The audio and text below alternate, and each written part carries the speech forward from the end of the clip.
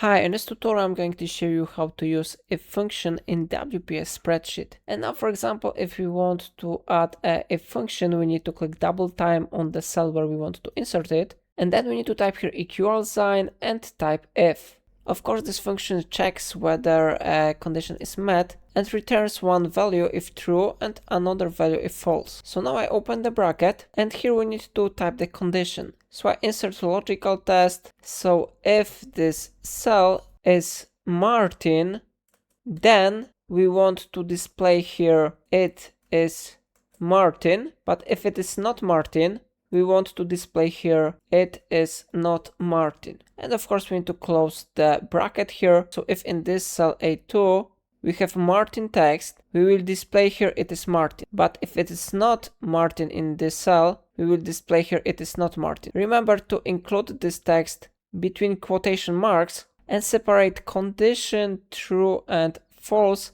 by using commas. So now I press enter button and how you see we have here text it is Martin, because of course it is true that in this cell is Martin text. But if we want to apply this function for other rows, we need to click double time on this icon with green square and you will see here the result. In other rows we have information that it is not Martin because we don't have here Martin name. But if you will change, for example, Julia to Martin and you will press enter, then it will be successfully changed to another text because we have updated this cell and now it is the true, yeah? So in this way you can use if function in WPS spreadsheet. If I helped you to do it, remember to like this tutorial and subscribe my channel. Please let me know in comment if it's not a problem.